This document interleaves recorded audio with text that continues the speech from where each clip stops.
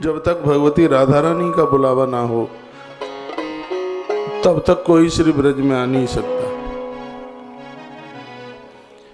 और गोपेश्वर भगवान की कृपा ना हो तो इस ब्रज में कोई रात को ठहर नहीं सकता।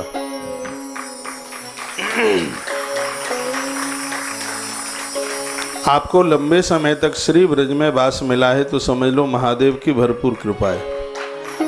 यहाँ के कोतवाले संध्या का सूर्य अस्त होता है तो पूरे ब्रज में ये भ्रमण करते हैं और जो पात्र है उसको रुकने देते हैं और जो पात्र नहीं है उसको गेट आउट कर देते हैं। भगवान महाकाल का ही रूप है भगवान श्री गोपेश्वर नाथ। महादेव का ही अद्भुत दिव्य रूप है। राधा रानी यहाँ का हर व्यक्ति कहता है राधे मेरी स्वामिनी मैं राधे कर दास, जन्म जन्म मोही दीजियो श्री वृंदावन वास। भगवती किशोरी जी की कृपा से यह जीव ब्रज मंडल में चल के आता है। उसी माँ की कृपा से आपका आगमन हुआ है, आप पहुँचे हैं श्री वृंदावन में। मार्गशीर्ष का महीना चल रहा है, बड़ा पुनीत समय है, आनंद का अनुभव हो रहा है। बिहारी जी कृपा कर रहे हैं, दर्शन दे रहे हैं। राधा वल्लभ बगल में मुस्कुरा रहे हैं। एक कोने में रंगनाथ महादेव, उधर प्रेम मंदिर भी अपनी छटा बिखेर रहा है। और आगे चलें तो माँ कात्यायनी भी अद्भुत कृपा का वर्षण कर रही है। देवी देवताओं से सुशोभित श्री ब्रज में आए हैं। यहाँ किसी से लड़ना मत, चाहे रिक्शे वाला हो चाहे जूता चुराने वाला हो, कोई भी हो, लड़ना नहीं किसी से। यहाँ जो भी पहुँचता है भगवान के बुलाने पर पहुँचता है, वह उसी का ही बंदा है। आप आए हैं, मार्गशीर्ष का महीना है, एक परिक्रमा वृंदावन की कर लेना। यमुना माँ के दर्शन हो जाएंगे परिक्रमा में, माँ मुस्कुराती हुई नजर आएगी। समय मिले तो गोपेश्वर जरूर जाना, क्योंकि वृंदावन में पहुंचकर हाजिरी तब ही मान्य होती है जब लोग गोपेश्वर पहुंचते हैं। और पहली बार जो आए उनके लिए तो ज़्यादा ही जरूरी है। बच्चों के साथ आते हैं गोपेश्वर जरूर जाइए, क्यों कन्हैया को नजर बजर जब लगती थी तो मैया महादेव का ही आह्वान करती। बांके बिहारी बड़े अद्भुत देव हैं यहाँ के, और इनकी जब कृपा होती है तभी यहाँ कोई पहुँचता है। आइए, जीवन की कुछ चीज़ें ऐसी हैं जो बिना तप के नहीं मिलती।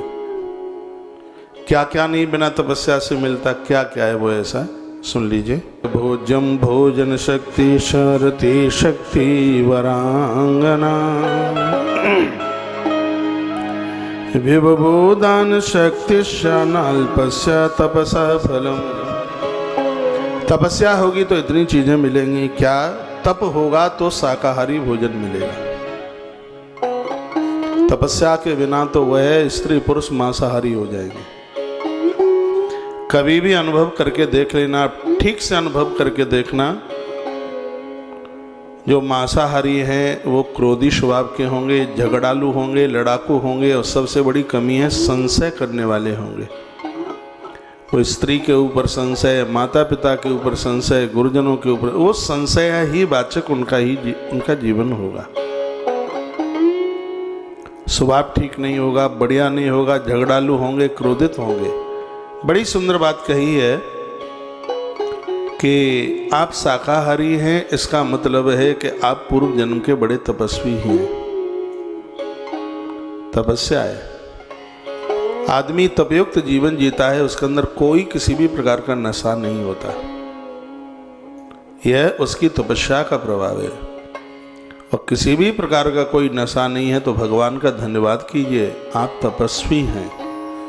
पूर्व के आप बहुत विशेष हैं, अपने आप में बहुत बड़ी साधना करके आए हैं, तब आज आप नशा मुक्त जीवन जी रहे हैं। सात्विक आहार ले रहे हैं, लहसुन प्याज तक का आप परहेज कर चुके हैं।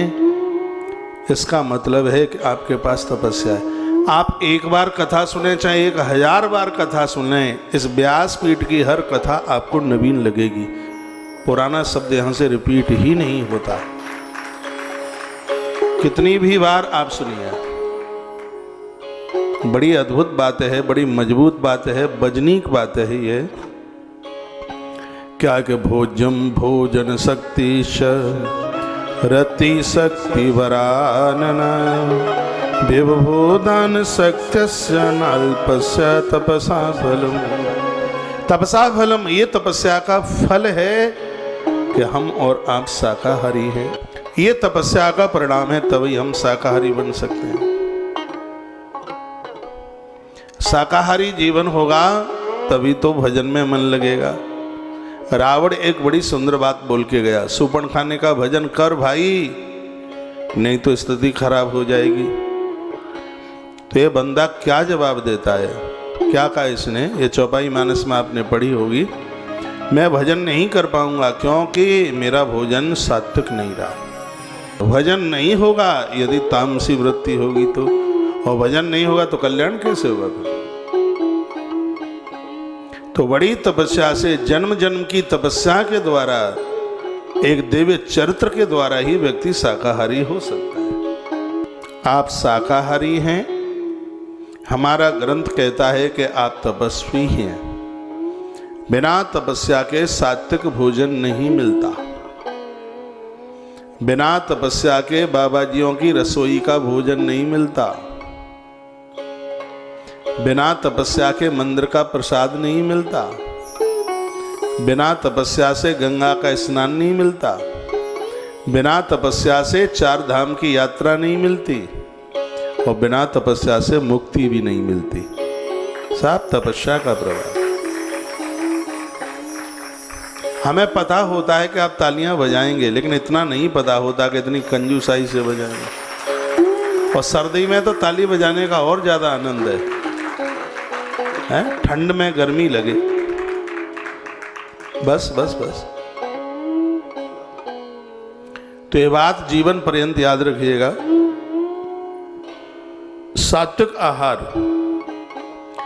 तप के द्वारा मिलता है। और क्या है, भोजन शक्तिश, बिना चूर्ण के आप भोजन पचा लेते हैं, पेट की कोई बीमारी नहीं है तो आपके पास तपस्या है।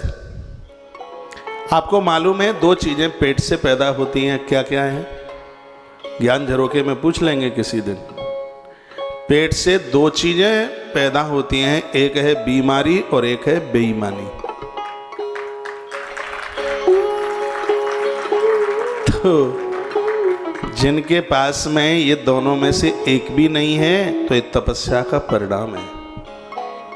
तपस्या होगी तो हम बेईमान नहीं बनेंगे, और तपस्या होगी तो हम बीमार भी नहीं होंगे। किसी किए गए अकृत्य कर्म का फल है बीमारी। अकृत्य यानी जो करने के लायक नहीं था और वो कर बैठे, बीमारी उसका परिणाम ही तो है। लक्ष्मण को शक्ति लगी, मौत से जूझ रहे थे, कुछ गलती ही तो हो गई, नहीं तो बिना गलती के तो पांव में कांटा नहीं लगता, उनको तो शक्ति लग गई। क्या गलती हुई? गलती यह हुई कि सबरी माता ने वेर दिए और प्रसाद का अपमान करके यूं फेंक दिए पीछे। वही वेर की गुठली सालमली द्वीप में जाकर संजीवनी बूटी का रूप ले लिया। वो तो भगवान के बगल में थे, इसलिए प्राण बच गए। और इमला तपस्विनी थी, प्राण बच गए, बड़ा मुश्किल हो जाता। हनुमान जी को भरत का बाण लग गया, क्यों? ग्रंथ ये कहता है कि तीर्थ में जाओ, पास से निकलो तो प्रणाम करो। बजरंगबली हनुमंत लाल जी उड़ रहे थे, अवध जैसे पावन तीर्थ को प्रणाम करने का ध्यान नहीं रहा, बाण लग गया। ये कथाएं तो हमें बहुत कुछ सिखाती हैं। आप भोजन करते हैं और भोजन पचाने की शक्ति है आपके पास, तो ये भी परिणाम तपस्या का है। नहीं तो लोग पेट पकड़े बैठे रहते हैं, 10-10 बज जाते हैं, पेट खाली नहीं होता। टंकी भर गई तो खाली नहीं होती, खट्टी खट्टी डकारें लेते रहते हैं, उवासियां लेते रहते हैं। ये तप की कमी है।